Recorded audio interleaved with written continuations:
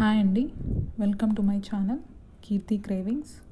ఈరోజు మన recipe tasty curd rice సింపుల్గా ఎలా చేయాలో చూద్దామండి. ముందుగా ఒక బౌల్ తీసుకొని అందులో మెత్తగా ఉడికించిన అన్నాన్ని యాడ్ చేసుకొని ఇలా ముద్దగా మ్యాష్ చేసుకోవాలండి.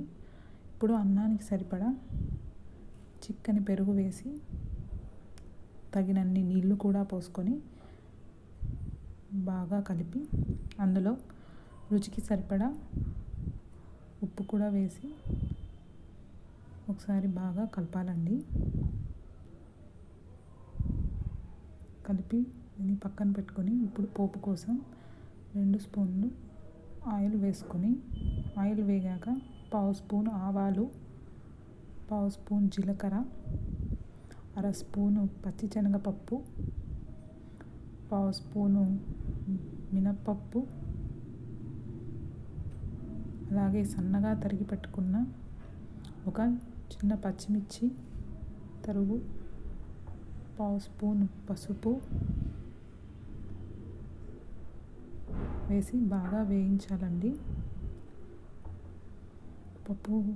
పసుపు పచ్చివాసన పోయే వరకు వేయించి చివరగా ఒక రెమ్మ కరివేపాకు వేసి స్టవ్ ఆఫ్ చేసుకొని ఈ మిశ్రమాన్ని పెరుగన్నంలోకి వేసి బాగా కలిపి అందులోనే దానిమ్మ గింజలు వేసి కలపాలండి.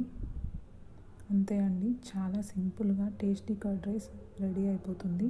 మీకు ఈ రెసిపీ నచ్చినట్టయితే నా ఛానల్ని సబ్స్క్రైబ్ చేసి సపోర్ట్ చేయండి.